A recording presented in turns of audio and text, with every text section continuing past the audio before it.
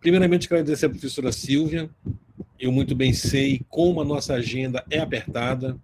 É graduação, é pós-graduação, é P&D, é coordenação, é burocracia. E até à noite nós temos demanda. E eu quero muitíssimo agradecer à senhora pela generosidade de partilhar conosco um pouco do seu trabalho, do que a senhora pesquisa, com essa fala tão necessária que teremos hoje, ao longo de 1h30, 2 horas, aqui nesse momento ainda virtual. O PPGEC continua virtual até a metade do ano. A partir do segundo semestre, nós vamos ter as nossas reuniões presenciais, novamente na UEA, e vamos falando no grupo como vai se dar. Já temos aqui 11 pessoas, né? Geralmente temos em torno de 30. Com certeza, no transcorrer da fala, aqueles que estão trabalhando vão chegar, aqueles que estão estudando vão entrar, para discutir conosco. Hoje nós temos a palestra Desafios e Perspectiva no Ensino de Genética, com a professora doutora Silvia Regina, minha amiga, do PPGEC, do CERT-UEA. Temos uma parceria muito grande, sempre tentando fazer com que nossas duas ambientes de trabalho progridam o máximo possível.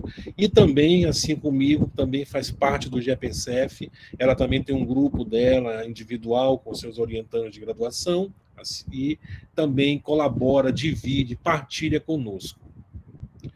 Temos a Alessandra, que vai fazer a mediação, sua orientanda. Professora Silvia, a senhora pode ficar à vontade, nós temos 1h, 1h30, até 2 horas o nosso teto da reunião, sua fala pode se desenvolvendo, a senhora pode combinar com a Alessandra como vai se dar as perguntas, se no transcorrer da sua fala, se ao final, a Alessandra recolocando, se nós podemos intervir ao final falando, colocando no chat, isso a senhora mesmo pode deliberar com a Alessandra. Ok, Alessandra? Deixa ela abrir agora a câmera dela. Maravilha. Então, eu declaro aberta a nossa reunião do mês de maio, né? O professor Saulo está em São Paulo, nosso vice-líder. Ele foi por uma atividade da UFAM, está no Inova USP, essa questão de P&D que nós sabemos que está acontecendo, e não vai estar aqui conosco, talvez entre no finalzinho para dar uma saudação, mas os demais membros vão entrando paulatinamente. Então é isso, Silvia, mais uma vez obrigado, e nós vamos estar aqui ligados na sua fala e tentando interagir na medida do possível que for surgindo as dúvidas. Pode fazer a apresentação, Alessandra. Obrigada, professor Washington. Primeiramente, obrigada pela presença de todos, eu gostaria de agradecer a cada um, e também meu boa noite. Primeiramente, eu gostaria de me apresentar, né? Como o professor falou, eu sou orientanda da professora Silvia, e eu me chamo Alessandra, sou natural de Parintins, fiz ciências biológicas lá no CERP-UEA, e tenho uma especialização em ensino de Química e Biologia e análises clínicas. Faço parte do PPGEG, na linha 2, que é divulgação científica, espaços não formais e epistemologia, né? E agora eu quero apresentar a professora Silvia, nossa palestrante de hoje. A professora Silvia, ela é graduada em Ciências Biológicas pela Universidade Federal do Rio de Janeiro. Ela tem mestrado e doutorado em Genética Humana pelo Instituto Oswaldo Cruz e Fiocruz, e pós-doutorado em Genética pelo INCOR e pela Faculdade de Medicina de São Paulo. No período de 2010 a 2013, a professora Silvia, ela começou a fazer parte do Departamento de Ciências Biológicas da Universidade Federal do Espírito Santo. E, em 2013, a professora começou a fazer parte do curso de Ciências Biológicas da Universidade do Estado do Amazonas, Campus Tefé, o CERT. E, em abril de 2021, ela começou a fazer parte do corpo docente do PPGEG. Ela atua principalmente nas áreas de genética molecular humana, epidemiologia molecular e ensino de ciências. E só uma orientação, antes de eu passar a palavra para a professora, é que, combinado anteriormente, ficou certo que as perguntas, as contribuições, elas ficariam ao final da palestra, tá bom? Então, elas podem ser enviadas pelo chat, ou então quem quiser se direcionar à professora pode levantar a mão, que aí eu faço o direcionamento, tá bom? Então, professora Silvia, eu passo a palavra à senhora. Muito obrigada. Alessandra, muito obrigada por suas palavras, por ter me apresentado. Professor Washington, é sempre muito bom estar em algum evento com você. Realmente, nós já temos aí um tempo que trabalhamos juntos, então é sempre muito gratificante poder compartilhar, não só com vocês, com você, mas com todos os colegas, um pouco do que eu tenho feito nos últimos anos na UEA. E, Alessandra, minha querida, muito obrigada por suas palavras. Olha, a Alessandra corta um dobrado comigo, porque tá difícil. O Washington falou muito bem. Chega às 7 horas, 8 horas, 9 horas, a gente ainda está no trabalho, e assim é a nossa vida, né? A vida de pesquisador, a vida de professor, a vida de orientador. A gente trabalha a todo momento e realmente os nossos alunos, coitados, que ficam meio que com o cabelo em pé, tentando organizar, agendar um melhor horário para a gente poder trabalhar e realizar as nossas atividades. Enfim, agradeço mais uma vez a todos. Professor, você fez um seguinte comentário: olha, normalmente nós temos 30 pessoas, em média 30 pessoas participando das reuniões, hoje nós temos 11. Eu suspeito que o motivo seja o título da palestra. Da próxima vez eu vou colocar um outro título, tipo biologia molecular, algo que seja mais chamativo, porque eu sei que a genética, esse nome, ele traz um pouco de temor para algumas pessoas, né? E eu vou mostrar para vocês hoje que a genética, gente, é ferramenta para a gente entender a vida. Então, vou começar agora a minha apresentação.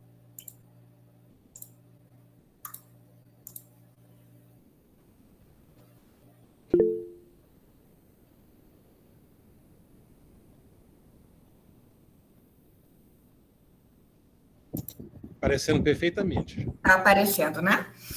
Então, meus queridos, o título, como já foi informado pelo professor Washington, pela Alessandra, Desafios e Perspectivas no Ensino da Genética.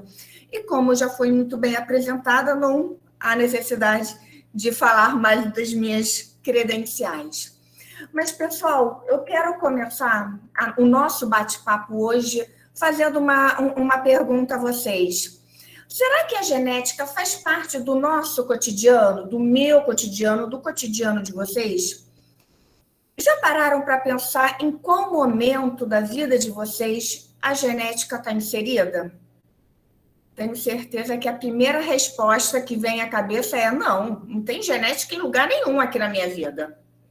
Mas, pessoal, eu vou mostrar para vocês que vocês não estão tão certos assim, não. Eu vou passar uma sequência de slides, vou compartilhar com vocês uma sequência de slides que eu tirei da internet. Então, são prints da internet e eu fiz questão de fazer essa pesquisa, pegar essas imagens de maneira bem recente para mostrar que é coisa fresca. Então, nesse primeiro slide, eu mostro para vocês uma notícia que foi veiculada pela revista Isto É. Se eu não me engano, não tem muito tempo, foi em 2021, essa reportagem, onde o pai critica questionamentos relacionados à cor da pele do seu filho. E, se vocês não perceberam, aqui tanto o pai quanto a mãe são pessoas de pele mais morena, vou colocar como sendo mulatos. E a criança nasceu bem clarinha. Eu entendo a colocação desse pai. Poxa, muito provavelmente ele deve ter escutado muita coisa do tipo: esse filho não é seu, o filho foi trocado na maternidade, abre seu olho, esse filho não é seu. Além disso, eu imagino que vocês já devam ter passado por essa situação e encontrar alguém que, puxa, não parece com o pai, não parece com a mãe, essa pessoa não tem características físicas que remetam a pessoas da família, será que essa pessoa realmente é dessa família? Será que ela não foi trocada na maternidade? Eu imagino que vocês já devam ter se deparado com situações como essa. Agora, uma outra situação bem curiosa que foi em 2019, foi veiculado no portal G1, gêmeos, na verdade, 2 homens, foram condenados a pagar pensão a uma criança após o DNA, o teste de paternidade, apontar que os 2 podem ser pais dessa criança. Aqui eu faço só um breve parênteses, não é o teste de DNA de paternidade que está gaga, mas sim uma peculiaridade, uma especificidade do teste de DNA. Ele é extremamente refinado e ele consegue identificar diferenças, inclusive entre pessoas muito próximas. Então, se tiver uma amostra de DNA, uma amostra de sangue numa mesa, e essa amostra for minha, e você fizer a análise do meu DNA e da minha irmã, vai dar que esse DNA é meu e não da minha irmã. E olha que nós somos filhas do mesmo pai e da mesma mãe, então temos um grau de parentesco muito grande. E por que nesse caso não foi possível? Porque, nesse caso, os irmãos são univitelinos, são gêmeos idênticos. Então, esse é o único caso em que o teste do DNA ele é falho, ele não consegue identificar, distinguir gêmeos univitelinos, uma vez que esses gêmeos eles são provenientes de um mesmo zigoto, de uma mesma célula, de um mesmo gameta fecundado por um espermatozoide. Então, são virtualmente 2 pessoas que virtualmente possuem o mesmo material genético. E aí um deles teve uma filha e não quis assumir não quis assumir a paternidade, alegando que foi o irmão. O outro irmão, por sua vez, não, foi o fulano. E ficou nessa briga na frente do juiz, e o juiz, muito sabiamente, condenou os 2. Já que ninguém quer assumir a paternidade, então os 2 vão pagar a pensão para essa criança, porque a criança não pode sair prejudicada. Então, pessoal, são situações muito do cotidiano, e aqui eu trago mais uma ainda mais recente. Exame de RT-PCR negativo. Aí eu pergunto para vocês, o que é RT-PCR? Mas eu tenho certeza que não sai da cabeça de vocês essas letrinhas, porque é um dos exames utilizados para a identificação do vírus da Covid-19, responsável pela Covid-19. Então, pessoal, eu coloquei aqui uma série de slides para vocês, mostrando que a gente pode não se dar conta, mas todos esses exemplos são exemplos em que mostra, evidencia que a genética faz parte do nosso cotidiano. O problema é como você consegue se deparar frente a essa nova realidade. Por exemplo, vou voltar aqui no primeiro slide. Lendo uma matéria como essa, num primeiro momento pode pensar que é sensacionalista, pode pensar que é um problema de troca de bebês na maternidade ou até mesmo de infidelidade conjugal. Mas vocês vão ver até o final dessa palestra de hoje, gente, que isso é possível ser explicado, é biologicamente factível, desde que você conheça os fundamentos da genética clássica. Isso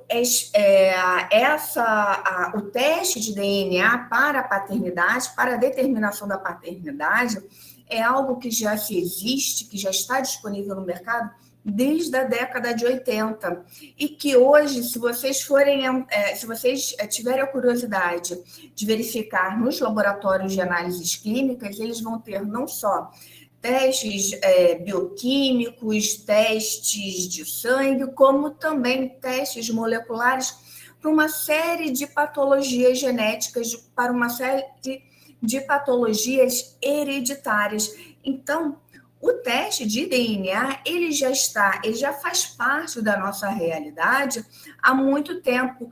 Tanto é que a identificação do vírus responsável pela Covid-19 essa identificação ela é conduzida através de um teste molecular, que é o teste do RT-PCR. RT, gente, porque o vírus da Covid-19 tem um genoma não de DNA, mas de RNA. Então, a gente transforma esse RNA em DNA através de uma enzima-chave chamada transcriptase reversa, por isso o RT, e o PCR é porque você copia essa molécula inúmeras vezes até ter quantidade de material necessário para poder fazer as suas análises. Gente, eu sei que o título da minha palestra é Desafios no Ensino da Genética, mas se eu não contextualizar, vocês não vão compreender mais à frente o que eu quero passar para vocês. Então, pessoal, para que a gente possa se posicionar criticamente e de forma reflexiva frente a esses cenários que eu apresentei para vocês, é essencial que a gente tenhamos conhecimentos elementares de genética. E aí eu vou trazer para vocês os principais marcos da genética, só para contextualizar também, tá bom? Vocês vão ver que é super tranquilo. Então, assim, a genética, ela meio que surgiu de uma forma muito intuitiva. Então, já se tinha uma ideia de que os semelhantes geram semelhantes. Então, nós temos aqui uma imagem de um lobo, de um conjunto, de uma série de lobos, com uma pelagem mais escura, meio caramelo, e aqui à direita, também lobos, mas que apresentam uma pelagem um pouco mais clara. Percebam que, nesses dois cenários, esses animais, eles não são idênticos. Eles têm algumas diferenças, algumas sutilezas com relação à cor da pelagem, por exemplo, entre eles. Mas, no geral, podemos classificar ou agrupar esses animais entre lobos que têm uma pelagem mais escura, lobos que têm uma pelagem mais clara. E esses indivíduos, quando eles vão se procriar, obviamente que a gente espera o quê? Que a partir dessa família de lobos se tenha novos indivíduos que vão apresentar as mesmas características dos seus antecessores. O mesmo vale para o cenário aqui do lado.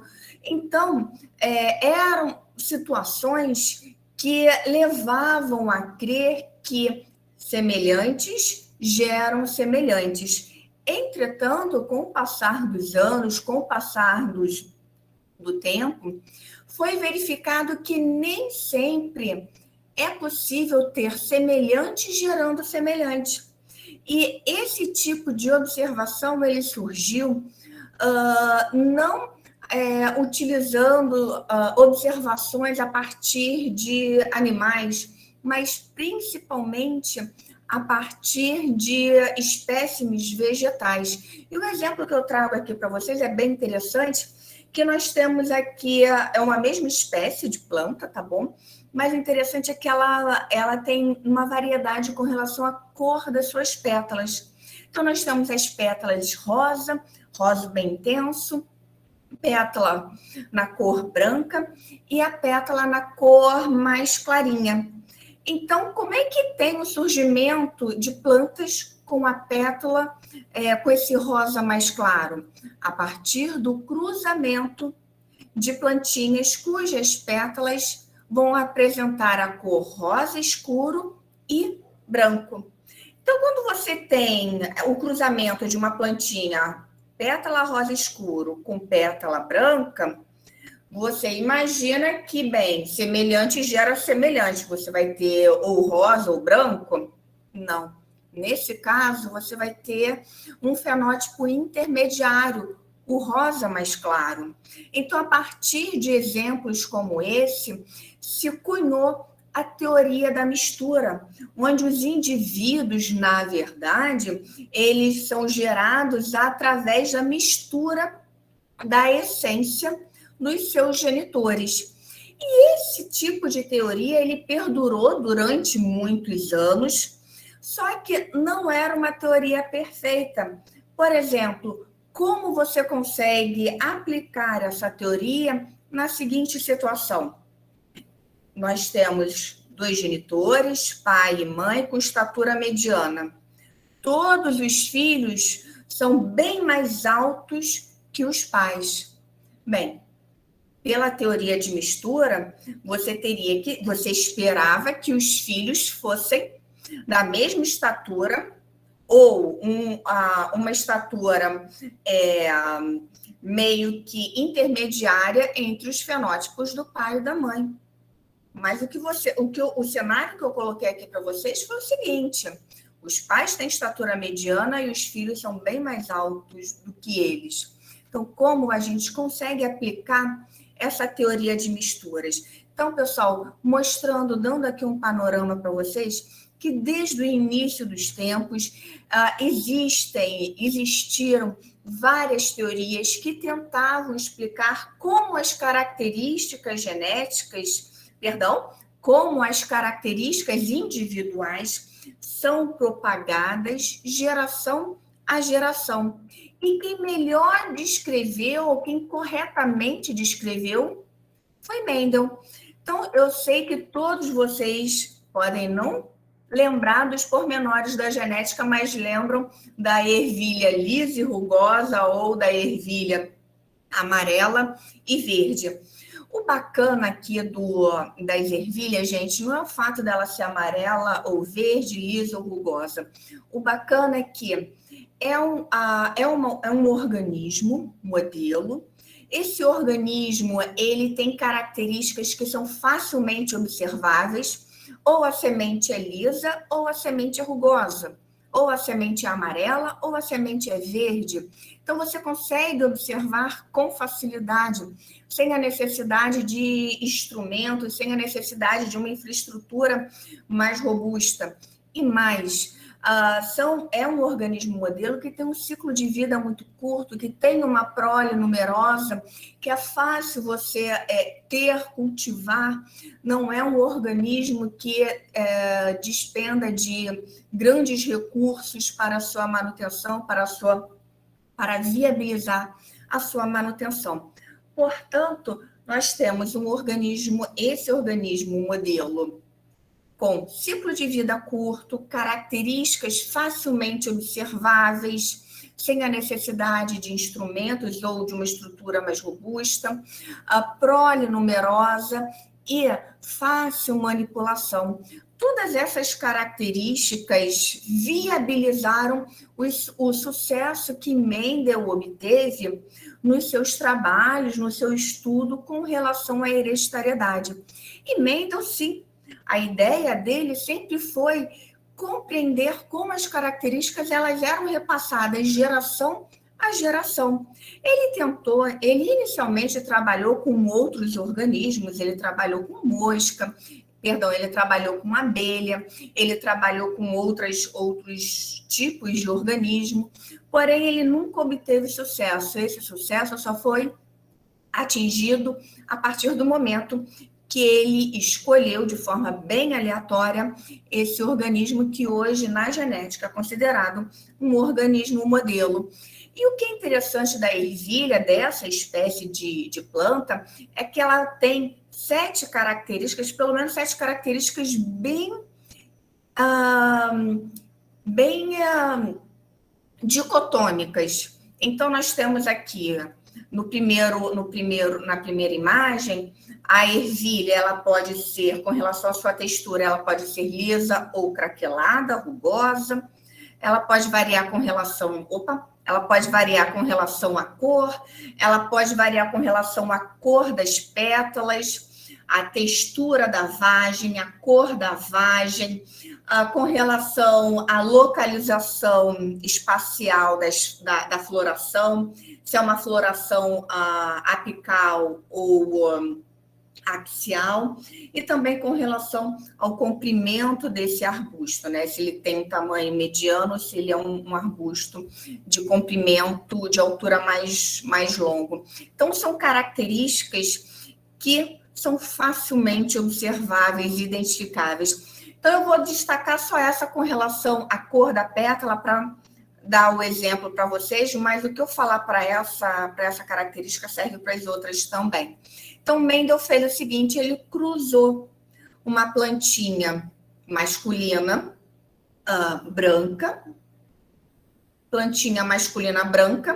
com uma plantinha uma plantinha feminina cujas pétalas eram da cor lilás. E ele fez o contrário, pegou uma plantinha masculina lilás e polinizou uma plantinha feminina com a pétala branca. Ele fez um teste cruzado para descartar a possibilidade do gênero estar interferindo na propagação das características aqui, no caso, a cor da pétala. Depois que ele fez esse cruzamento, o que ele obteve na primeira geração de filhos? Então, aqui nós temos linhagens pura. Essa plantinha aqui, ela sempre vai ser roxinha, ela e a prole dela, cruzando roxinho com roxinho, sempre vai dar roxinho, branquinho com branquinho, sempre vai dar branquinho, tá bom? Então, nós temos aí linhagens puras, mas a partir do momento que eu cruzo essa linhagem parental pura, lilás com branco, toda a primeira geração de filhos, vocês conseguem perceber qual é a cor da pétala? Para todos é roxinho. A partir desse resultado, Mendel postulou o seguinte, olha, a característica roxa é dominante frente à característica branquinha. Tudo bem até aqui, pessoal? Esse resultado, ele observou não só para a cor das pétalas, branco ou roxo, mas para todas as outras características que ele investigou. Cor da semente, textura da semente, com relação à cor e textura da vagem, localização geográfica da floração e comprimento do arbusto. Então, para todas essas características, ele observou que na primeira geração, apenas uma característica fenotípica estava presente. E essa que estava presente ele chamou de dominante. Mas o pulo do gato de Mendel foi fazer o seguinte. Ele pegou aqui só, recapitulando o que nós acabamos de falar. Ele pegou uma plantinha roxa e cruzou com uma plantinha branca. Primeira geração, todo mundo roxinho. E depois ele cruzou indivíduos da primeira geração filial.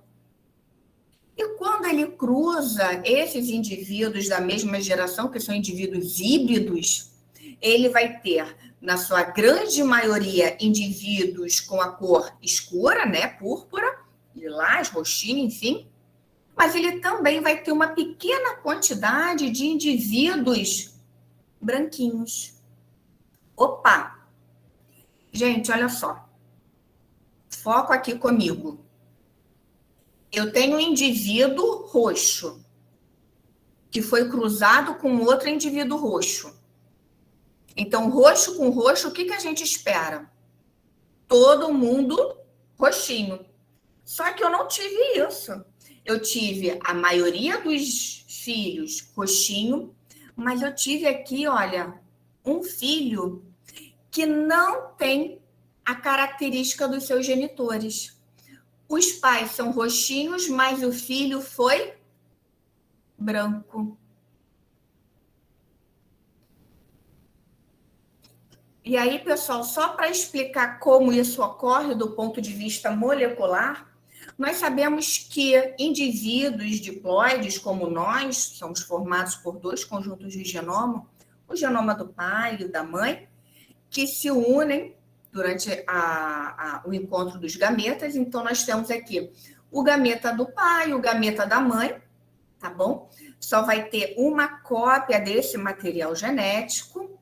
Quando eles se encontram, aqui e esse cara aqui, vamos ter a formação da primeira geração, que são indivíduos híbridos. O cara vai ter, já vou colocar a nomenclatura atual. Esse cara aqui, ele tem o mesmo gene dos pais. A diferença é que ele vai ter o alelo P grande do pai púrpuro, do pai lilás, e o alelo P pequeno que ele recebeu da mãe, que tem a pétala branquinha. Então, ele tem um alelo para a cor branca, só que ele não apresenta, não expressa porque é recessivo. Ele só vai expressar a característica condicionada ao alelo dominante, que é o P grande. Então, essa plantinha vai ser da cor roxinha. Só que se eu tiver dois indivíduos com essa mesma constituição de genes, P grande e P pequeno, na hora de fazer as possíveis combinações, podemos ter o encontro do gameta P pequeno, desse cara, com o outro P pequeno do outro genitor. Aqui é o genitor feminino, aqui é o genitor feminino, aqui é o genitor masculino. Então, podemos ter o encontro de gametas carregando o alelo recessivo. E quando isso ocorre, vamos ter indivíduos com fenótipo recessivo que não estava presente nos genitores. Isso foi chamado por Mendel de herança particulada. As nossas características, elas não se misturam na hora da formação de novos organismos. Isso porque as nossas características, elas são transmitidas para os nossos descendentes através de partículas. E essas partículas hoje são chamadas de genes. E esses genes, eles podem variar. E quando nós temos variações de um mesmo gene, nós temos o alelo. O alelo A grande, o alelo A pequeno, o alelo P grande, o alelo P pequeno. O grande é porque infere dominância e o pequeno infere recessividade. E aí, pessoal, deixa eu retornar aqui. Indivíduo roxinho foi cruzado com outro indivíduo roxinho, o que a gente espera? A prole similar aos seus genitores, correto? Então, se eu apresentar essa imagem aqui para vocês, vocês estão de acordo. Olha só, filho, né? A cópia do pai, só que um pouco mais jovem. O filho, muito parecido com um dos genitores, aqui é a Kelly Key e a filha dela. Então, percebam que cenários como esses são corriqueiros, e quando a gente se depara com cenários como esse, o que a gente fala? Gente, é a cara do pai, é a cara da mãe. Quando a gente faz esse tipo de observação, a gente, de uma forma intuitiva, está aplicando os conceitos de Mendel. E aí eu pergunto a vocês, gente, como é que a gente explica o caso desse bebezinho? Os pais, os genitores são mulatos, mas o bebezinho é branco. É possível? Os pais têm uma coloração e o filho tem outra. É possível? Sim, é possível. Então, nesse caso que eu coloquei aqui para vocês, a gente consegue, através da genética clássica, explicar o mecanismo molecular por trás dessa discrepância com relação à cor da pele da criança. Então, primeiro, a cor da pele não é causada por um único gene que se agrega a dois alelos, tá bom? Então, nós temos genes, alelos atuando de forma aditiva para, então, definir a tonalidade da pele. Então, se esse casal foi possível, conseguiram ter um filho com uma coloração de pele muito mais clara, diferente deles, é porque esse casal, ambos são heterozigotos, ou seja, eles têm um alelo recessivo. E por isso passaram adiante. Então, não tem qualquer demérito numa situação como essa. E como é que você consegue explicar? A partir do momento que você conhece os fundamentos da genética clássica, as leis de Mendel. E aqui, só fazendo um pouquinho de propaganda de Mendel, né? Os resultados ele publicou em uma revista científica na época. Entretanto, esses dados sobre padrões de herança ficaram esquecidos durante anos a fio e só foram redescobertos quase 20 anos após a morte de Mendel. E depois que esses trabalhos foram redescobertos, começou-se uma busca. Será que todas as características de um indivíduo são realmente causadas, vão apresentar esse padrão de herança dominante e recessivo, como foi descrito por Mendel? Então, esse tipo de análise realizado por Mendel foi propagado inúmeras vezes para vários outros organismos, nem sempre bem-sucedidos, porque nem todas as características são monogênicas. Mas um fato chamou a atenção com o ressurgimento dos trabalhos de Mendel, que foi: do que o gene é feito? Enfim, se descobriu que o gene ele é feito de DNA, ele é constituído de DNA e não de proteína, mas tá bom. E como é que é a estrutura do DNA? Gente, vamos voltar no tempo para meados do século passado. Eu sei que muitos de vocês aqui são dos anos 2000, mas voltando alguns anos para trás, algumas décadas para trás, não se tinha ideia da estrutura da molécula de DNA.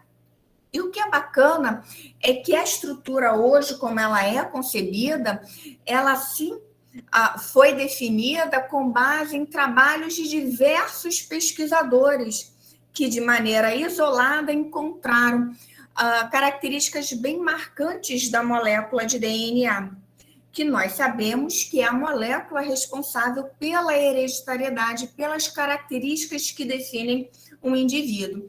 Então, aqui o trabalho de Chargaff foi bem interessante, uma foto retirada obtida em 77, então tem aí um pouquinho mais de 40 anos. E o que esse pesquisador muito simpático fez? Ele quantificou quantas bases nitrogenadas tem no DNA de diferentes espécies. Humano, salmão, levedura, diferentes tipos de bactéria, vírus, bactéria também. E aí, qual foi a conclusão que ele obteve? Foi que a quantidade de adenina é igual à quantidade de adenina é igual à quantidade de timina e a quantidade de guanina é igual à quantidade de citosina. Essa informação isolada não traz nada a ninguém, eu sei disso. Mas, gente, na época era o que se tinha. A gente não sabia do que era feito o DNA. Sabia-se que, se descobriu que ele é feito de grupo fosfato mais açúcar mais base nitrogenada. Adenina, timina, guanina e citosina. Ponto. Mas como esses componentes químicos se organizam para formar a molécula responsável pela hereditariedade? A primeira pista foi que, olha, a quantidade de adenina é igual a timina, de guanina é igual a citosina. Um segundo trabalho realizado também em meados do século passado foi produzido por Rosalind Franklin, onde ela tirou fotos utilizando uma estrutura de raio-x da molécula de DNA. Então, através dessas fotos, ela conseguiu mostrar o seguinte: olha, o DNA ele tem um diâmetro X, tá bom? Ele tem uma espessura, melhor dizendo, e essa espessura ela é compatível sempre com o pareamento. Aqui, olha, é a espessura da molécula de acordo com as imagens dela, e essa espessura é compatível sempre com uma purina ligada a uma pirimidina, ou seja, uma adenina ligada a uma timina ou uma guanina ligada a uma citosina. Pegando essas informações isoladas, Watson e Crick fizeram o seguinte: já que a quantidade de adenina é igual a timina, guanina é igual a citosina, eles juntaram as peças do quebra-cabeça e falaram: olha só, eu tenho que ter, primeiro, a molécula é dupla fita, tem duas fitas entrelaçadas. Eu obtive essa informação através das imagens de raio-x que Rosalind obteve. E mais, essa molécula ela tem uma certa espessura. E mais, Chargaff já disse que a quantidade de adenina é igual a timina, guanina, citosina. Eles simplesmente organizaram essas informações e postularam, olha, o DNA é uma molécula dupla fita, onde as bases nitrogenadas estão voltadas para o centro da molécula e elas estão organizadas da seguinte forma: uma adenina sempre está pareada com uma timina e uma guanina está sempre pareada com uma citosina. Pessoal, esses dois pesquisadores, eles não fizeram qualquer experimento. Eles apenas pegaram as informações isoladas que tinham na época, uniram e postularam a estrutura da molécula de DNA e, a partir desse postulado, esses indivíduos, eles ganharam, esses pesquisadores, eles foram agraciados com o Prêmio Nobel na década de 60. Então, por terem proposto a estrutura da molécula de DNA, Watson, Crick e Maurício Wilkins, que era o orientador de Roslin, foram agraciados com o Prêmio Nobel. Aqui faço um breve parênteses. Roslin não foi agraciada com o Nobel, porque na época ela já era falecida, e o Nobel, a instituição Nobel, não entrega o prêmio de forma póstuma, tá bom? Então, nós temos aí esse primeiro grande marco da genética, que é o estabelecimento da estrutura do DNA, e na sequência, bem, já sabemos do que o DNA é feito e como os seus componentes químicos se organizam. Agora, como é que essa sequência de letrinhas está ao longo das moléculas que compõem um genoma? E a partir dessa premissa, foi feita uma série de projetos de genoma para definir a sequência de letrinhas que compõem o genoma do tabaco, o genoma da laranja, o genoma do café. Então, no final da década de 90, início dos anos 2000, foi um boom de projetos de genoma para se sequenciar todo o genoma de uma certa espécie. E a espécie humana teve o seu genoma completamente sequenciado logo no início dos anos 2000, se eu não me engano, foi em 2002, e nós tivemos aí essa publicação ocorrendo quase que simultaneamente pelas duas principais revistas científicas, tanto a Nature quanto a Science. Agora, eu não me recordo qual foi quem, mas uma publicou os resultados do projeto Genoma Humano, que foi conduzido por um consórcio de pesquisadores internacionais, e o outro apresentou os resultados do sequenciamento do genoma humano, que foi produzido a partir de uma empresa privada. Mas, fato é, os resultados são muito semelhantes e, em ambas as publicações, nós temos aí a determinação daquela sequência de letrinhas que compõem o nosso genoma. Então, nós temos esses grandes marcos da genética, que foram o reconhecimento das leis de Mendel, a definição da estrutura do DNA e, por fim, a definição da sequência de nucleotídeos que compõem o genoma. Mas então, gente, já no início da década dos anos 2000, o DNA, como molécula responsável pela hereditariedade, já estava muito bem estabelecido. E também já se sabia a ordem da informação genética dentro de uma célula.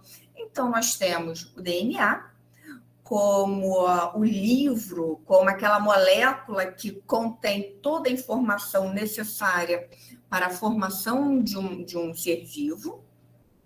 Essa informação ela é passada para uma molécula intermediária, que é o RNA, que leva essa informação codificada até o citoplasma, local onde ela será traduzida em uma proteína. Então, pessoal, quando nós temos a expressão do DNA, nós estamos falando em produção de proteína. Fulano tem o olho claro, fulano tem o olho escuro, tem o cabelo claro, tem o cabelo escuro, tem a pele clara, tem a pele escura. Isso, gente, nada mais é do que a presença de proteínas que estão atuando na determinação da cor, da textura do cabelo, da cor da pele, da cor do olho, da estrutura dos olhos. Então, todas as nossas características que são herdáveis, elas estão marcadas no nosso genoma. Por exemplo, eu tenho cabelo loiro. Claro que aqui o meu cabelo natural ele é preto, tá bom? Mas eu resolvi pintar meu cabelo de loiro. Eu tenho alguma chance de ter filhos loiros. Casei com um homem loiro também. Tenho alguma chance de ter filho loiro? Se eu tiver algum alelo recessivo para cabelo loiro, pode até ser. Mas caso contrário, eu não vou ter filho loiro, porque o loiro do meu cabelo não é natural. Ele é, né, efeito ambiental. Eu fui lá e pintei. Mas essa característica, ela não está descrita no meu DNA. Se não está descrita no DNA, eu não posso transmitir adiante, ok? Então, nós temos aí o fluxo da informação dentro de uma célula. O DNA, como vanguarda das características hereditárias de uma célula, de um organismo. Essa informação ela é passada para uma molécula intermediária que caminha até o citoplasma, onde essa molécula será traduzida em uma proteína. Então, a expressão do DNA, da informação genética, nada mais é do que fazer proteína. Só que tem aí um porém, deixa eu retornar aqui um slide, tem aí um porém. Eventualmente, a nossa molécula de DNA pode sofrer algumas alterações. E quando você tem uma alteração permanente no DNA ou no genoma, você tem uma mutação. A alteração, se ela for realizada e corrigida, não é mutação porque foi corrigida. Agora, quando essa alteração ela não é corrigida e ela permanece e é perpetuada, nós vamos chamar de mutação. E a mutação ela tem um lado bem interessante que é a diversidade. Então, todos esses indivíduos aí na imagem são indivíduos de uma mesma espécie. Mas percebam como são diferentes com relação à cor de cabelo, textura de cabelo, anatomia de rosto. Tem alguns que são mais fortinhos, outros menos fortes. O rosto ovalado, o rosto mais alongado. Enfim, todas essas características elas são ditadas por sequências que estão presentes no DNA. Só que por que com relação à cor do cabelo nós não temos um único padrão? Nós temos uma variação com relação à cor do cabelo, porque existem vários alelos que, quando combinados, vão proporcionar colorações distintas de cabelo. E o que gera alelos diferentes? Mutação. Então, a mutação, ou seja, a alteração na sequência de DNA, gera diversidade. Por isso que, apesar de sermos de uma mesma espécie, nós não somos iguais. Mas essa mutação, ela tem um outro lado. Uma moeda não tem dois lados? Assim é a mutação. Ela tem um lado muito positivo, que é o da diversidade, mas ela também tem um outro lado, que é o lado dos distúrbios hereditários.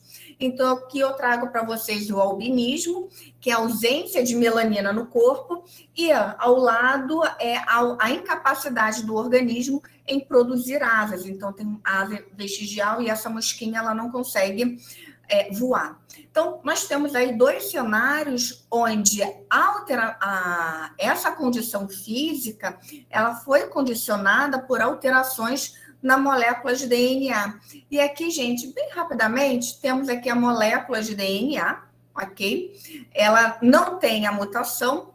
Essa molécula ela é expressa em RNA, o RNA é traduzido em proteína, a proteína que produz a enzima, uma enzima X, que converte esse substrato em melanina, e a produção de melanina pelos melanócitos gera o pigmento que a gente observa na pele. O indivíduo que tem um alelo normal e o outro com a mutação, aquele que tem a mutação não vai produzir a enzima funcional. Mas só que o alelo normal, ele funciona bem e ele atende às necessidades da célula com relação à quantidade de enzima para produzir a melanina. O problema é quando o indivíduo tem os dois alelos com a mutação. Ele não produz a enzima necessária para a produção da melanina. Portanto, esse indivíduo vai ter os seus melanócitos sem melanina, logo, o indivíduo vai ter um fenótipo do albinismo. Então, pessoal, percebam que a alteração no DNA tem um lado, que é o lado da diversidade, mas ela também tem um outro lado, que é o lado dos distúrbios genéticos. Mas, para a gente conseguir compreender que o indivíduo com albinismo, ele tem essa condição, e esse indivíduo albino, ele é fruto de um casamento entre indivíduos com a coloração normal. Gente, olha, esse exemplo aqui não tem nada a ver com o casal que eu mostrei mais à frente, o casal moreno que teve um filho branco, com a pele mais clara, tá bom? Aquele exemplo não foi de albinismo. Mas nesse caso aqui, o indivíduo albino, ele é fruto, né, de um casamento de pessoas que têm a coloração de pele normal. Então, como você explica indivíduos com a coloração de pele normal tendo um filho com uma característica recessiva? É porque esses genitores, eles têm um alelo recessivo. O alelo com a mutação, e essa mutação, quando em dupla dose, gera o albinismo. E aí, pessoal, falei da genética, só que esses fundamentos, eles são extremamente importantes para a gente conseguir aplicar, utilizar a genética como ferramenta. Então, vocês sabiam que existem diversos fármacos, como a insulina humana, hormônio do crescimento, fator de coagulação, que são produzidos por bactéria? Vamos combinar que bactéria é uma célula unicelular e esse negócio não tem pâncreas. Se ele não tem pâncreas, como é que ele vai produzir insulina? Não produz, ok? Mas como eu posso fazer uma bactéria produzir um produto que eu quero? Simples, eu pego um pedaço do gene do meu interesse, coloco ele no interior de uma bactéria. Claro que tem vários passos aí, tá bom, pessoal? Eu estou sendo bem simplista, mas a partir do momento que eu pego o gene da insulina, subunidade A e subunidade B da insulina, coloco em um vetor de clonagem, na verdade, um vetor de expressão, pego esse gene, coloco dentro de uma bactéria. A bactéria, ela não faz nada da vida a não ser se propagar. Ela se propaga muito em pouco tempo, e eu vou ter, então, em pouco tempo, bastante proteína do meu interesse. E qual é a proteína que eu estou produzindo dentro da bactéria? É a insulina humana. Então, pessoal, a partir do momento que eu sei como funciona a estrutura, o fluxo da informação genética dentro de uma célula, eu consigo usar esse conhecimento a meu favor. Então, já é factível de longa data a produção, através de ferramentas de biotecnologia, de fármacos de interesse humano. Como eu já falei, a insulina humana, hormônios de crescimento e o outro, que agora me fugiu o nome, fator de coagulação humana. Então, são moléculas que são produzidas por bactérias. E como? Através da modificação da estrutura gênica dessas bactérias. Eu pego um gene humano, coloco dentro do genoma dessa bactéria. Quando essa bactéria se propaga, ela vai propagar o meu genoma também.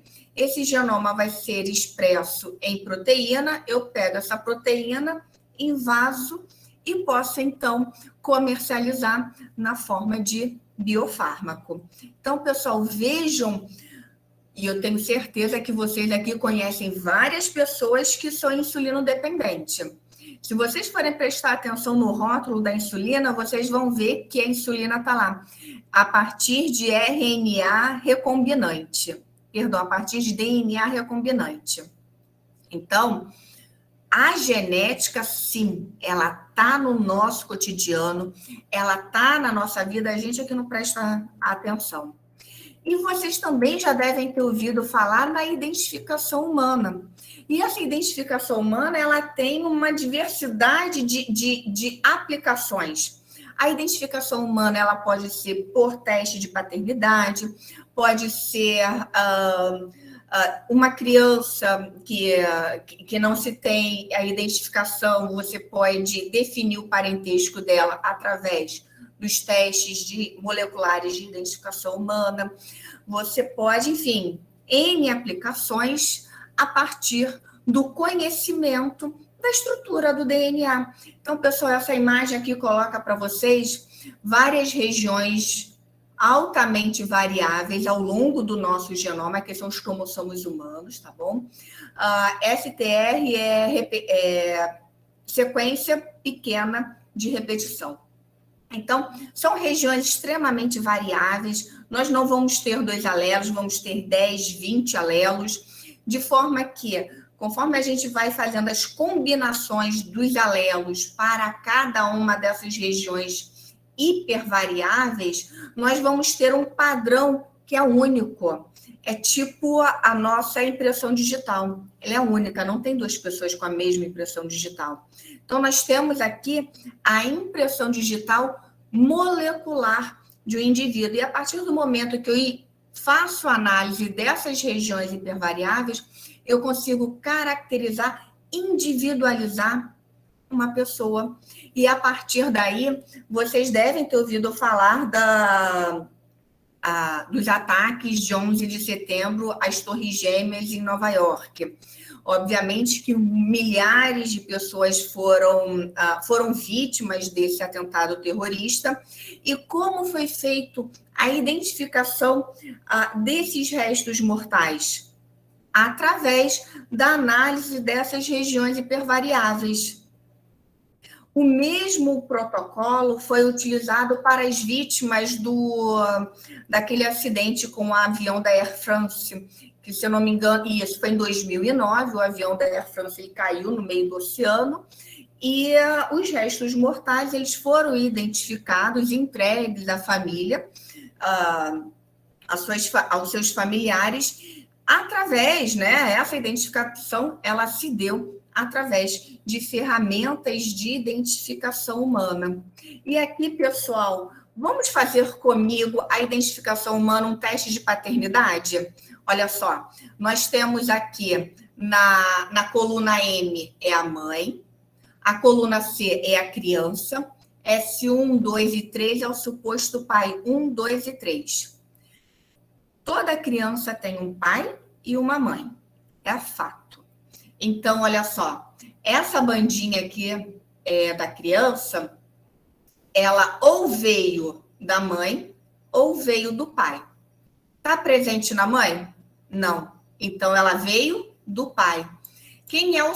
Ai, droga, já dei a resposta. Quem desses suspeitos tem essa bandinha? O suposto 1, o suspeito 1, suspeito 2 ou 3? Guarda para vocês.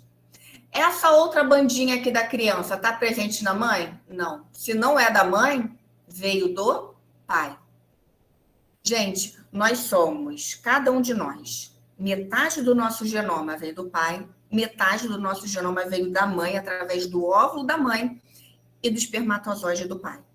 Então, se o DNA da criança não é igual ao da mãe, é porque ele é igual ao do pai.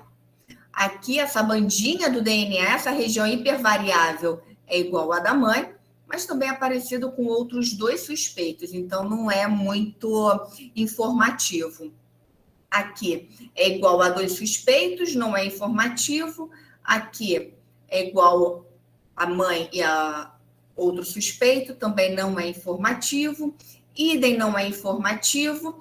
Esse daqui não está na mãe, então é do suposto pai, é do pai.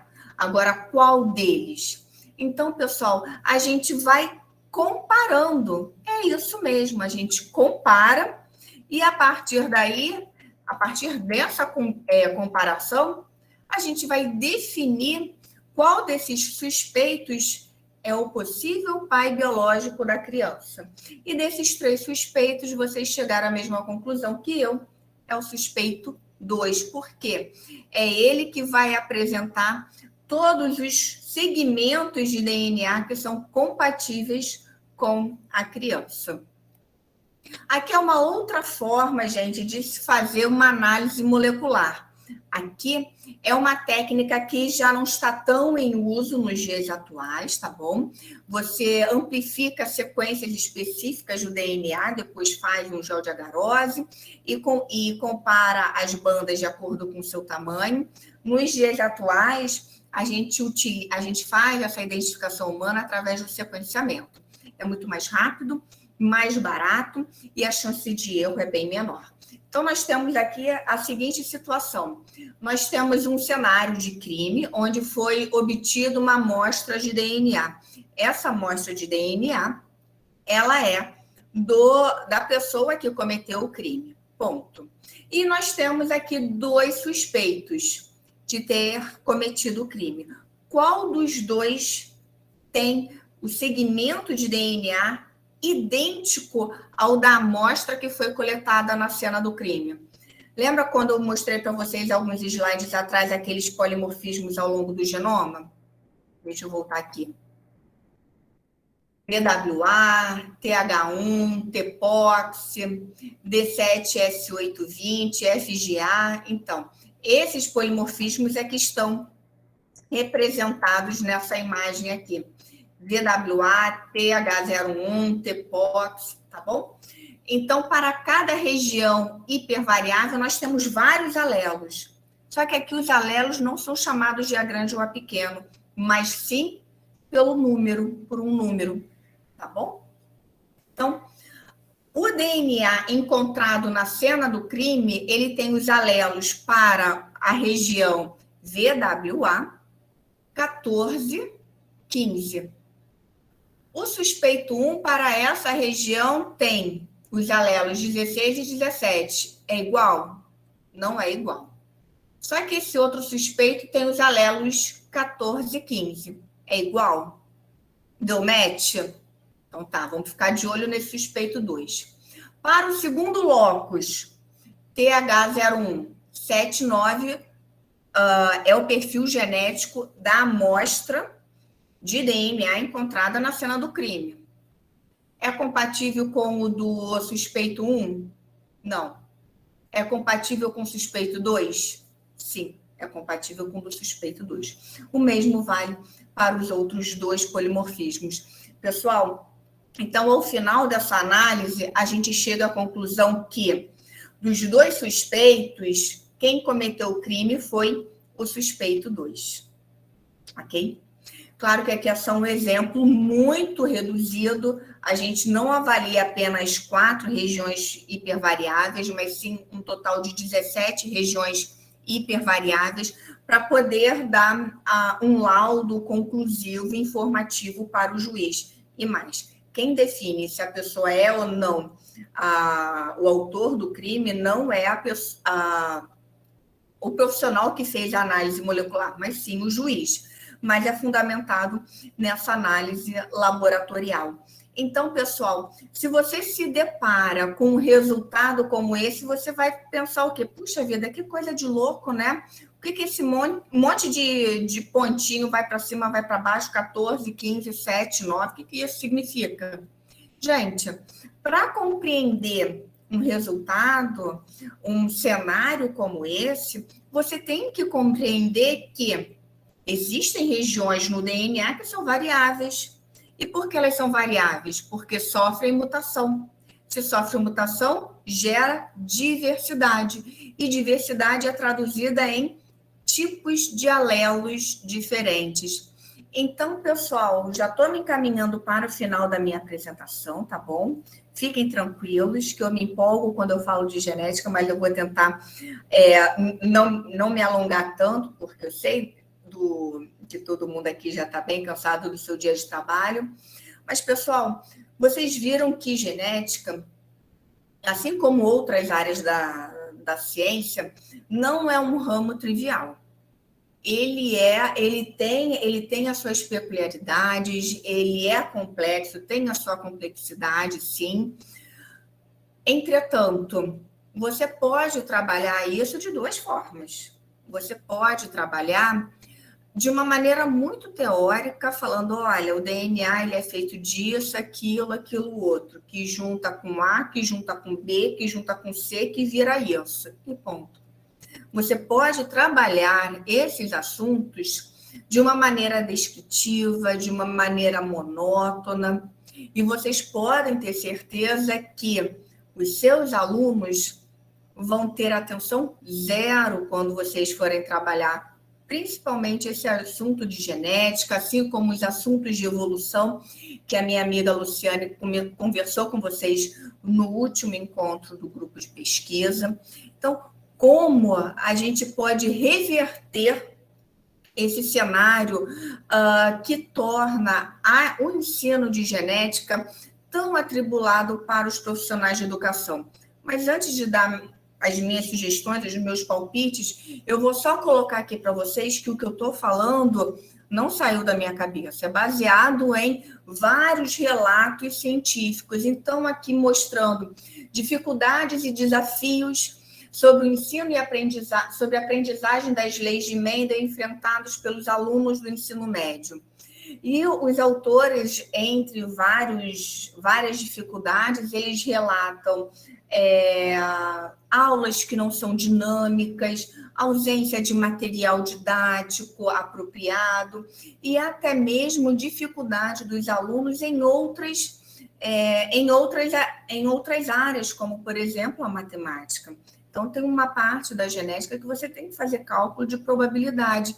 Se você não sabe matemática, você não consegue compreender a probabilidade aplicada à genética clássica.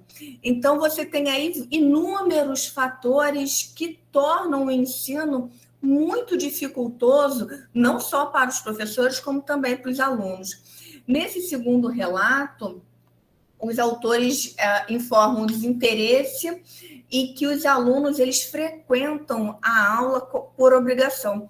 Pessoal, a gente tem que conquistar os nossos alunos diariamente, porque contra a gente tem o YouTube, tem o Twitter, tem o Instagram, tem o Facebook, que são plataformas cujo conteúdo é muito mais dinâmico, é interativo, é visual, é muito mais chamativo do que um professor, em pé na sala de aula, só falando com um quadro, colocando matéria no quadro. Então, a gente tem que conquistar os nossos alunos dia após dia, porque a gente está trabalhando, tendo a atenção dos nossos alunos sendo disputada com essas ferramentas, essas plataformas digitais. Então, como é que a gente vai trabalhar com alunos que já chegam desinteressados ou chega na sala de aula já, ao invés de olhar para a cara do professor, já está olhando para o celular? Como é que você consegue tirar o foco do aluno do celular para o assunto que você vai trabalhar? E nesse aqui, ele relata, no resumo, várias dificuldades, mas essas dificuldades elas vão desde a ausência de material didático atualizado, professores desestimulados, professores sem uma formação adequada. Então, se você não tem um profissional com uma formação adequada ou defasada, e somado a isso, a ausência de material didático específico, atualizado, tudo isso conta negativamente para o sucesso do seu trabalho, do ensinar a genética. E aqui, pessoal, aqui só para chamar a atenção, e aqui eu fiz algumas consequências desses relatos, desses trabalhos que eu trouxe para vocês, mas, gente, foi apenas 3, 4. Se vocês fizerem uma busca na internet, no Google Acadêmico, em outros buscadores de artigo científico, vocês vão encontrar vários outros relatos, e o que todos eles têm em comum? inexistência de relação do tema com a realidade do aluno, metodologias de ensino inadequadas, que são incapazes de chamar a atenção, de tornar aquele conteúdo intrigante para o aluno, conteúdo trabalhado de forma pouco atrativa, de maneira exclusivamente teórica, de forma... Ai, fugiu a palavra. Apenas de maneira teórica, gerando desinteresse dos nossos alunos e também formação docente, porque alguns artigos chamaram atenção para isso. Também nós temos a formação docente, que em algumas situações pode estar defasada. Então, a genética é uma área que, assim como a informática, que cada dia é uma informação nova.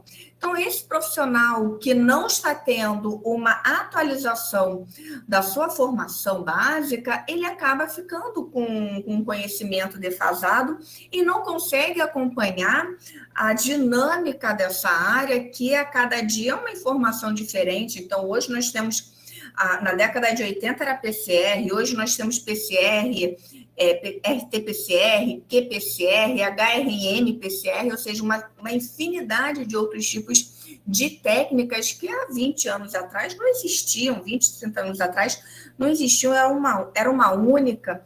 Então, esse profissional ele tem que se atualizar de maneira constante, até para, caso ele seja questionado em sala de aula, ele consiga responder ao aluno de maneira adequada.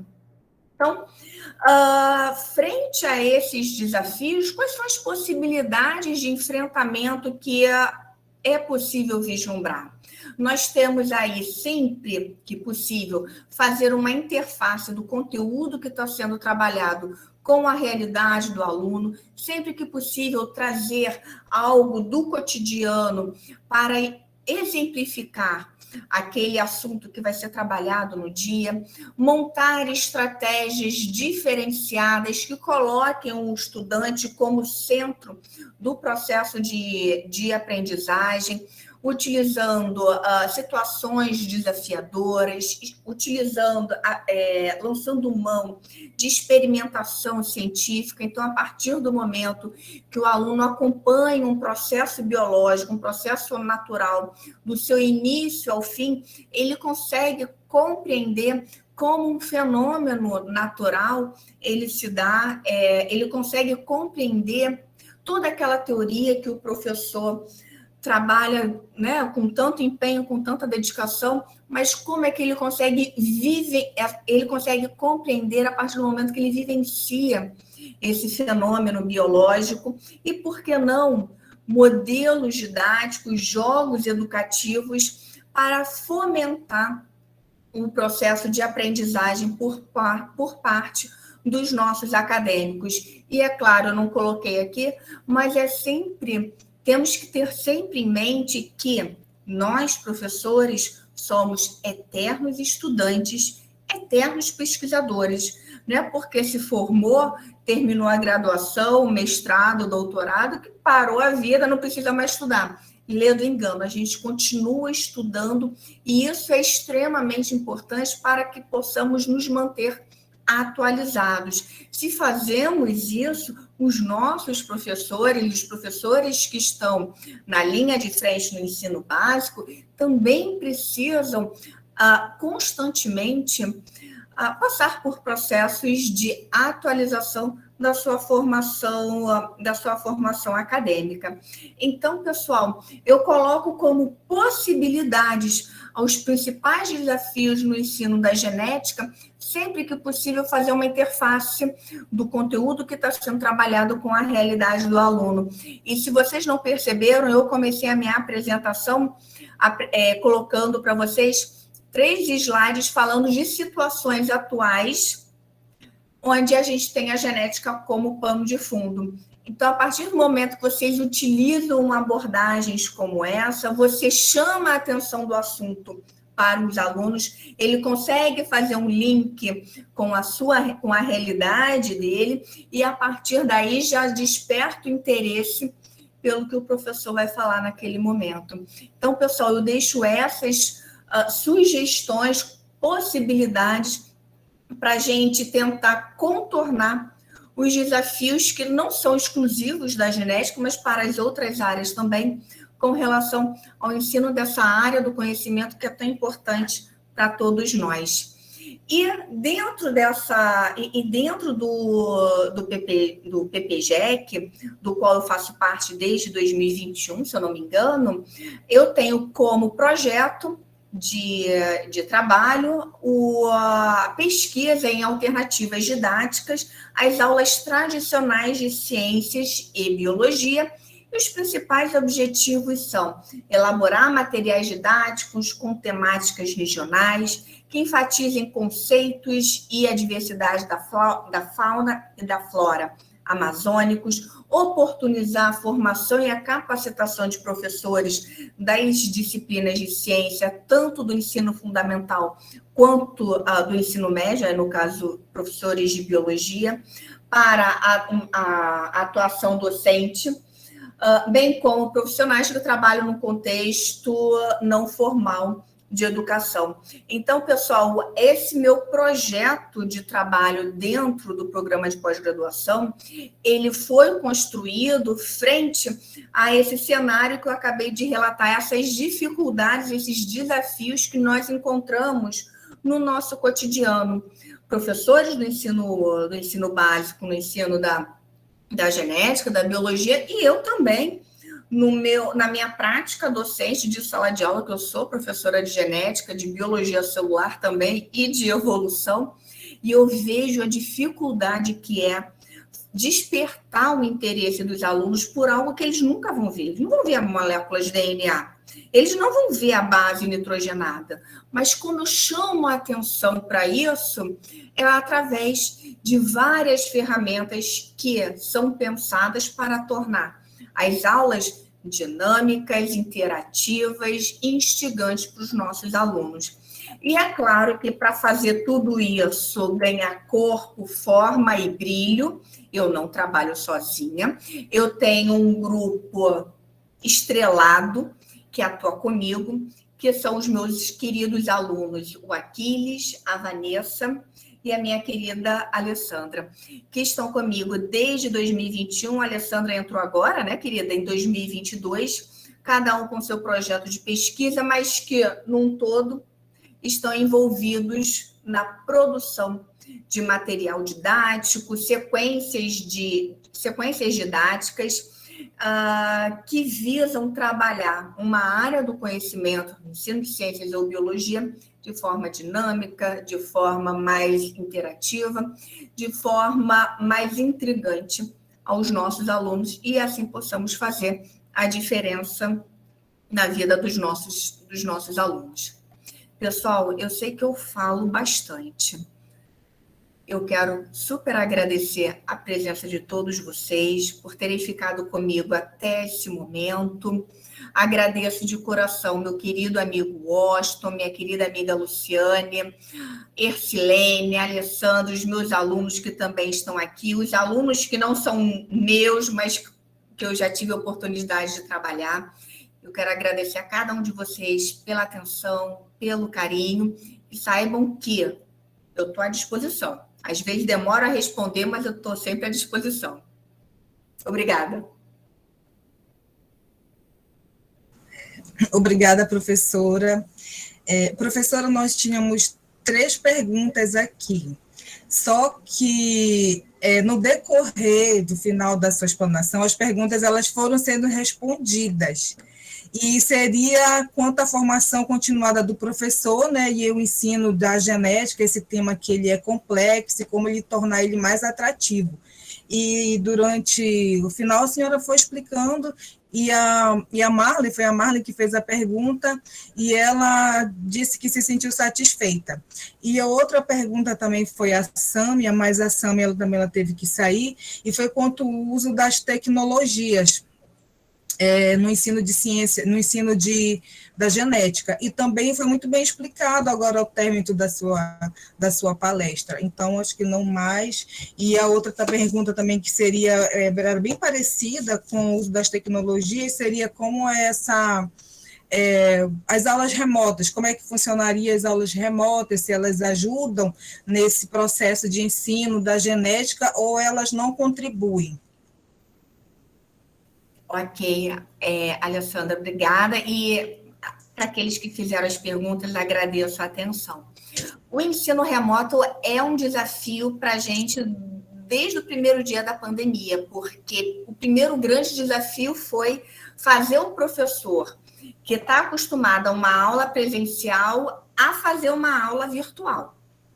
E eu vou te chamar isso para o meu cenário. Meu cenário Interfé, nós nem sempre temos uma internet de qualidade chegando aos nossos alunos.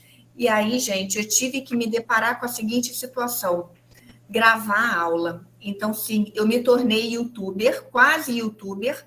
Eu tive que aprender a gravar a aula, a editar, a compactar para poder disponibilizar para os alunos. E neste cenário, com aulas gravadas, não são aulas online, onde você tem um feedback a todo momento do aluno, fica muito difícil realizar atividades práticas, atividades interativas.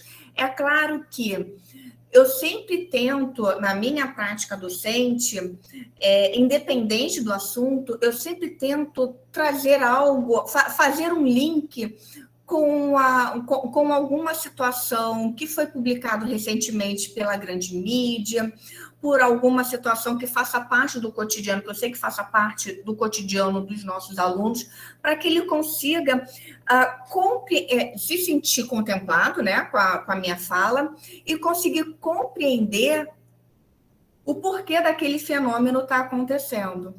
Então, apesar das minhas aulas serem aulas gravadas, eu sempre tento fazer um link com a realidade. Então, eu vou falar sobre clonagem. Gente, vocês não têm noção. São 4 horas falando de clonagem. É coisa pra caramba, é chato pra dedéu. Como é que eu faço o aluno assistir 4 horas de aula? Claro que são fragmentados. Gente, se eu fizer uma aula só falando dos pormenores da clonagem, o cara nunca mais volta para as minhas aulas.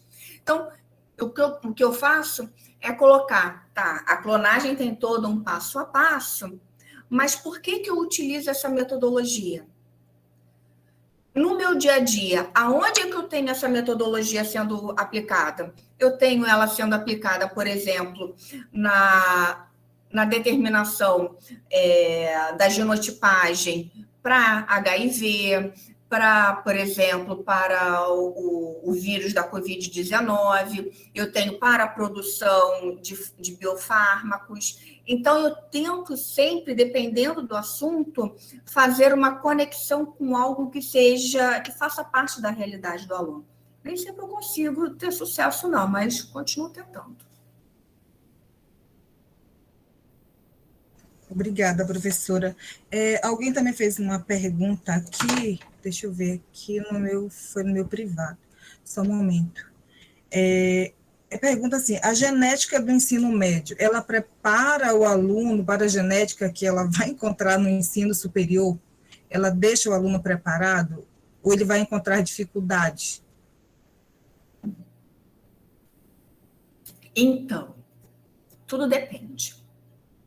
Se vocês forem pegar um livro de genética, um livro de ensino médio, que aborde a genética, e um livro de graduação, claro que um livro de graduação vai ter uma profundidade bem maior, não tenha dúvida.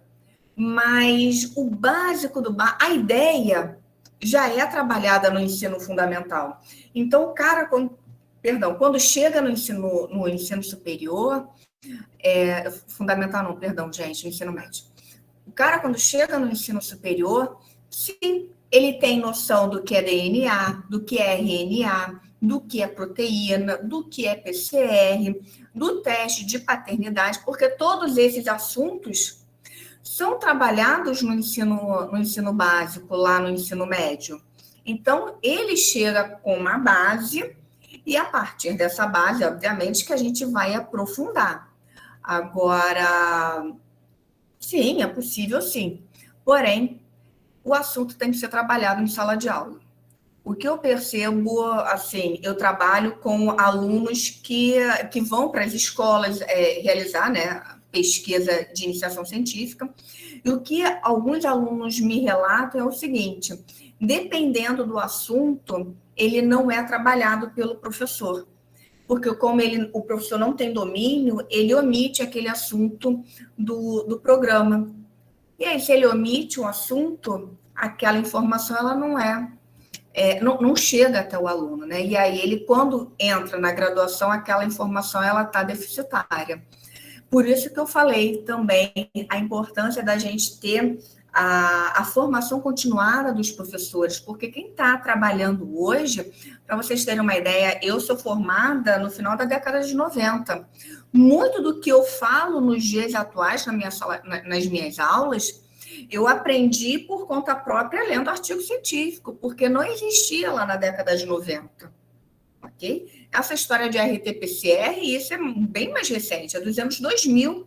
Eu me formei em 98. Então, e são coisas que fazem parte do cotidiano atual. Mas por que eu não estou desatualizada? Porque eu estou continuamente lendo, participando de evento científico, então eu estou me mantendo atualizada, mas aquele cara que não se atualiza, como é que ele vai trabalhar um assunto desse? Não trabalha, omite. Então é importante a gente também ter o profissional, ter esse cuidado com o profissional de educação em manter sempre a sua atualização. Ok, professora. Alguém mais quer contribuir, fazer alguma pergunta? Eu não sei se é bem uma pergunta ou uma colocação. Eu sou um pedagogo muito curioso, né, que dialogo muito com várias áreas do conhecimento, principalmente com a física e com a biologia, principalmente. É a questão do ensino de ciência, né? E eu tenho lido muito sobre biogenética, não na perspectiva do biólogo, né, da sequência de cálculo, de teorias, numa perspectiva mais de ensino e também de pensamento com transposições até para o futuro da humanidade. Bacana. Eu li um livro, o último livro, o livro Pós-Mortem, do Hawkes, né? Ele breve questões para o futuro, algo assim, de questões. Ele deixava várias perguntas e algumas ele não conseguiu responder, que ele morreu antes. Aí os amigos dos cientistas responderam. Muito interessante, sabe? Agora me folhe, breve questões da humanidade, algo assim. São 20 e tantas perguntas que ele responde. Perguntas que vão assim, desde existe Deus? De onde viemos? Para onde fomos? Mas, sabe, perguntas de cunho filosóficos respondidas pelo maior cientista da história depois de Einstein, né? O Stephen Hawking. E algumas ele respondeu, cada resposta dele dá 30 páginas do livro. E outras não deu tempo dele responder. Aí, orientando-os dele, amigos, responder. É bem interessante. E ele vai chegando nessa questão da biogenética, desse futuro da humanidade, algo muito presente. Hoje nós falamos da engenharia genética, né, Silvia? Estava lendo algo sobre esse dia desse. Meu pai infartou já 2 vezes nos últimos 15 anos e, graças a Deus, escapou da ponte de safena, mas colocou estentes, etc. E eu conversando com a cardiologista dele uma vez, ela estava me explicando essa perspectiva do stent, que com a engenharia genética, eles iam colocar a partir, eu acho que de eu esqueci o nome, que dá energia no stent. Tem um nomezinho da biologia. Era como um motor, era como um motorzinho que eu colocava no stent, para fazer o stent circular. É inacreditável isso, de nanotecnologia que está na biologia. E esse motorzinho que eles colocariam, que era tipo, me fugiu o nome, não sei se é uma proteína, que ia fazer circular lá. Ia fazer com que toda vez que um cardíaco já tivesse com a artéria entupida e que a artéria fosse começar a encher de gordura, o próprio stent que já estava lá desentupindo uma artéria ia liberar algo que ia desobstruir. Então, eu vou Ou seja, ler. ainda tem sensores capazes de informar para os testes, né, para o equipamento, que, olha, você tem que Tem gordura, circular porque... exatamente. E a minha pergunta, até, na verdade, uma pergunta que tu não tem a resposta, eu sei disso, mas é uma reflexão de uma cientista como você. Esses próximos anos, nós sabemos que do ano 0 a 1900, nós tivemos, do ano de 1900 a 1990, nós tivemos mais conhecimento científico do que em 19 séculos. De 90 a 2000, em 10 anos, foi mais conhecimento do que em 1990 anos. E de 2000 a 2010, que foi o último cálculo do cientista, nós tivemos mais conhecimento em 10 anos que em 2000 anos. Então, ninguém sabe o que nos espera, até agora com 5G. Aí eu queria que tu refletisse aqui, para fechar conosco, o que nós podemos esperar da genética, dessa engenharia genética, dessa biogenética, para a nossa saúde, né? Para os nossos alimentos. Imagine você, às vezes eu tenho até medo de comer alguns alimentos, porque eu vejo o prazo da validade, meu Deus do céu, como é que pode durar tanto isso? Né? Tem alguma questão genética nisso? Prós, né? O pró é justamente isso. Eu lembro que aqui no Amazonas, há 30 anos, 20 e tantos anos, nós fomos dizimados por eu não sei os nomes biológicos, um parasita não, um micróbio, uma bactéria, alguma coisa que destruiu nossos bananais, que veio de Roraima, junto com a banana lá do Caroebe de Roraima. E depois disso, a Embrapa começou a investir aqui no Amazonas e conseguiu criar uma proteção de um medicamento, de um pesticida, de um fertilizante, sei lá, para proteger nossas bananas. E aí a banana dura mais, graças a isso. Entretanto, deve ter contra, né, Silvia? Nós devemos pagar um preço para isso mudar mais. E agora nós vivemos um paradigma desse governo maluco, desse desgoverno, quando está liberando tudo de fertilizante, de pesticida. Aí eu queria que você comentasse, né, com seu olhar de cientistas, onde nós vamos chegar? Onde a genética vai nos levar, até para cuidar das nossas doenças, como do coração do meu pai, como para cuidar das nossas frutas, da nossa alimentação, que isso vai mexer diretamente com a nossa vida, e é a biologia que vai mover essa cadeia inteira. Eu queria ouvir um pouco de você, minha amiga. Meu amigo, ótima reflexão. E a palavra que não me sai da cabeça é ética. Por quê? Ética. Concordo contigo, nos últimos anos, com o avanço da tecnologia, essa tecnologia ela não está restrita apenas a uma área do conhecimento. A biologia, a genética hoje, ela é muito pautada no uso de tecnologias. Então, sequenciamentos, análise de genomas, análise de proteoma, tudo isso é viável porque existem ferramentas analíticas muito mais robustas, computadores mais robustos, que viabilizam, então, toda uma análise molecular mais fidedigna. E essa tecnologia, ela também nos permite brincar, eu vou colocar nesses termos, de copiar, colar o DNA, corta, cola. Então, nos dias atuais, a gente pode editar a molécula de DNA, a gente pode editar a molécula de RNA. Então, eu quero que o meu filho tenha olhos verdes, por exemplo. Eu posso cortar o gene com alelo para olho verde, colar no genoma daquele embrião, e agora eu sei que aquele embrião quando desenvolver, vai ter o olho verde. Então, isso já é disponível hoje em dia. Então, a gente já pode manipular o genoma para o bem, ou seja, você pode corrigir alguma alteração que inviabilize a vida saudável daquele indivíduo, como você pode também ter o outro lado da moeda, que é você utilizar para formar super pessoas. Eu quero um filho muito inteligente, eu quero um filho muito bonito, eu quero um filho muito aquilo. E aí a gente vai estar mexendo na nossa história evolutiva, na história evolutiva da nossa espécie e de outras espécies também. Porque não pense que a gente não brinca só com o nosso genoma, a gente brinca também com o genoma de outras espécies, principalmente espécies que têm um apelo econômico. Soja, milho, grãos de uma maneira geral, peixes, carnes, né, de uma maneira geral.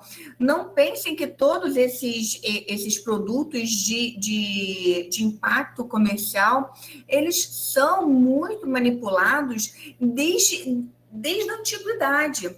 Enquanto lá na antiguidade essa manipulação era através de cruzamento guiado, cruzamento, você pegava o sêmen de um com gameta do outro, juntava e ponto, fertilizava e implantava numa barriga de aluguel. Isso era feito há tempos atrás. Hoje você pode trabalhar essa manipulação de maneira muito mais refinada, trabalhando diretamente no genoma.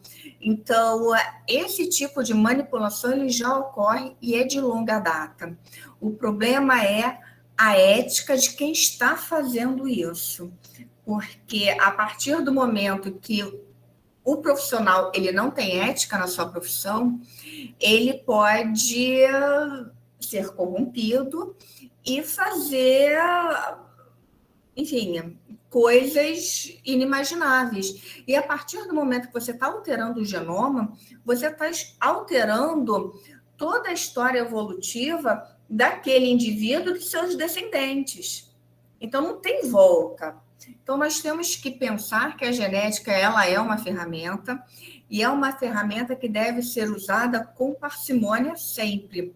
Caso contrário, eu posso, o cara ali, ele quer formar pessoas que tenham problemas cardíacos, porque eu quero que todo mundo tenha problema cardíaco, para que possam usar o remédio que a minha empresa farmacêutica está produzindo.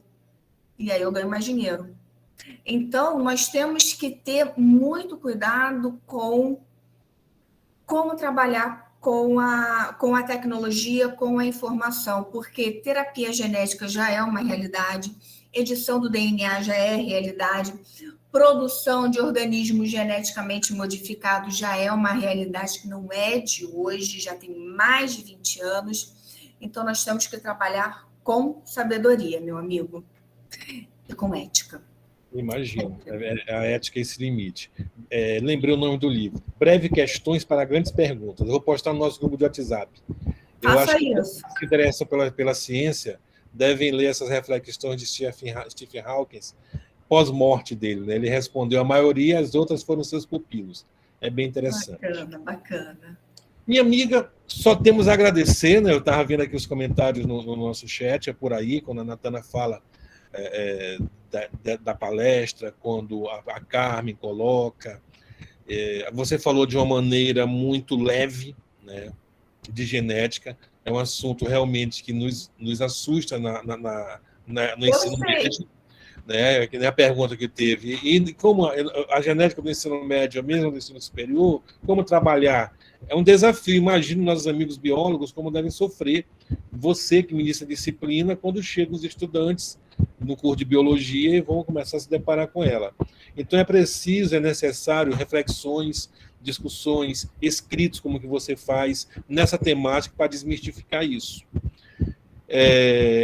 Quero mais uma vez lhe agradecer, né, por essas 2 maravilhosas horas em que nós tivemos esse verniz intelectual expandido sobre essa área, um olhar, eu particularmente não tinha esse olhar, né, me debruçava sobre questões da genética, tendo em vista ensino de ciências e questões minhas existenciais de cientista, mas vendo você falar, eu comecei a ficar pensando outras coisas, trazendo até para a minha vida, como eu comentei.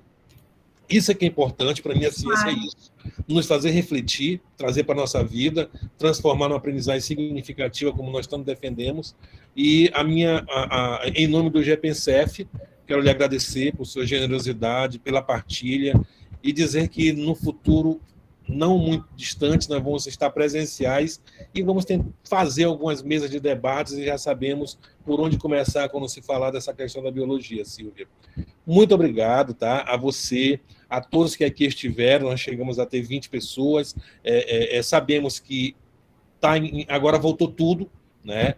Nosso grupo é feito de professores professores da universidade, professores da educação básica e, ao mesmo tempo, professores que estão estudando de mestrado e doutorado.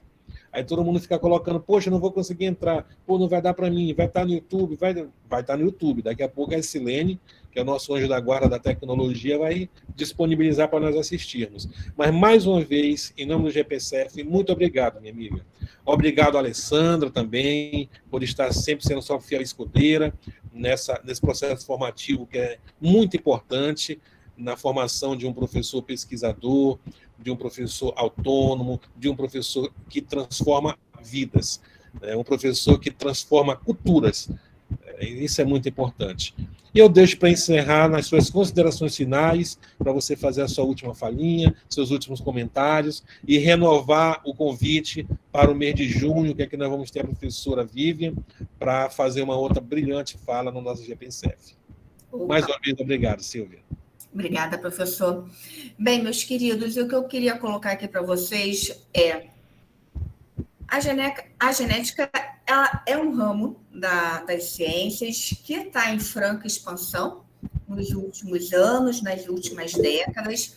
Ela, sim, faz parte do nosso cotidiano, faz parte do cotidiano de nós, professores. Então, o que aparece no Fantástico no domingo, vocês podem ter certeza que o aluno vai estar te questionando na segunda-feira, porque professor tem que saber de tudo.